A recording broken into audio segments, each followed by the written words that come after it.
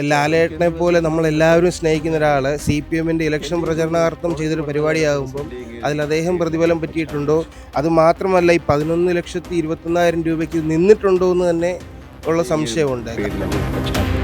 Super താരം മോഹൻലാൽ മുഖ്യമന്ത്രി പിണറായി വിജയനുമായി നടത്തിയ ഒരു അഭിമുഖം നമ്മളെല്ലാവരും കണ്ടതാണ്.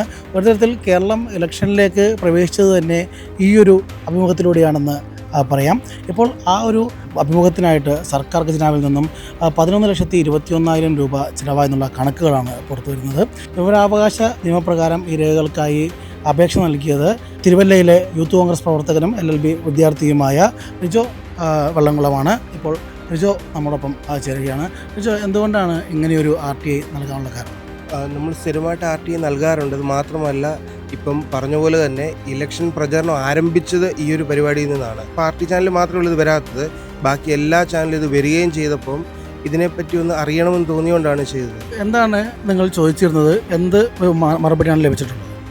സർക്കാർ ഫണ്ട് ഉപയോഗിച്ചിരുന്നോ, എത്രയാണ് എന്നാണ് ചോദിച്ചിരുന്നത്. അതിന് കൃത്യമായി അവർ മറുപടി നൽകിയിട്ടുണ്ട്. 11,21,000 രൂപ ചെലവഴിച്ചു എന്ന് പറഞ്ഞു. രണ്ടാമത്തെ ചോദ്യം സർക്കാർ സംവിധാനം ഉപയോഗിച്ചോ എന്നാണ്. അതിന് അവർ തന്നിരിക്കുന്ന മറുപടി സർക്കാർ സംവിധാനങ്ങൾ ഉപയോഗിച്ചിട്ടില്ല, പക്ഷേ അത് വസ്തുതാവിരുദ്ധമാണ്. കാരണം ക്ലിഫ് ഹൗസ് ഉൾപ്പെടെ സർക്കാരിൻ്റെ ഫണ്ട് എടുത്ത് ഈ പരിപാടി നടത്തിയപ്പോൾ സർക്കാർ സംവിധാനം ഉപയോഗിച്ചില്ല എന്ന് പറയുന്നത് തെറ്റായൊരു കാര്യമാണ്. ഈ തുക എന്തിനു വേണ്ടിയാണ് ചിലവഴിച്ചത്, അതായത് എന്തൊക്കെ കാര്യങ്ങൾക്കാണ് ചിലവഴിച്ചത് എന്നുള്ള കാര്യം ഈ രേഖയിൽ പറയുന്നുണ്ട്? ഇല്ലില്ല, ഒറ്റ മറുപടിയേ ഉള്ളൂ. അതുമായി ബന്ധപ്പെട്ട് വേറൊരു RTI ഓൾറെഡി ഇന്നലെ കൊടുത്തിട്ടുണ്ട്. ഇതിൻ്റെ വിശദാംശങ്ങൾ ചോദിച്ചുകൊണ്ട് കൊടുത്തിട്ടുണ്ട്. അപ്പീൽ കൊടുത്തില്ല, പുതിയൊരു RTI ആയിട്ട് തന്നെ കൊടുത്തിട്ടുണ്ട്.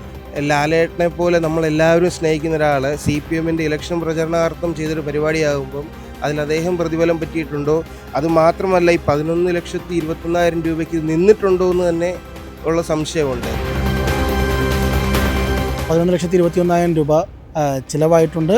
അതിൽ സർക്കാർ സംവിധാനങ്ങൾ ഉപയോഗിച്ചിട്ടില്ല എന്ന് പറയുന്നു. പക്ഷേ അതിൻ്റെ വിശദാംശങ്ങൾ തേടി മറ്റൊരു RTI കൂടി റിജോ നൽകിയിരിക്കുകയാണ്. അതിൻ്റെ വിശദാംശങ്ങളും ഉടനെ തന്നെ ലഭിക്കുമെന്ന് പ്രതീക്ഷിക്കാം.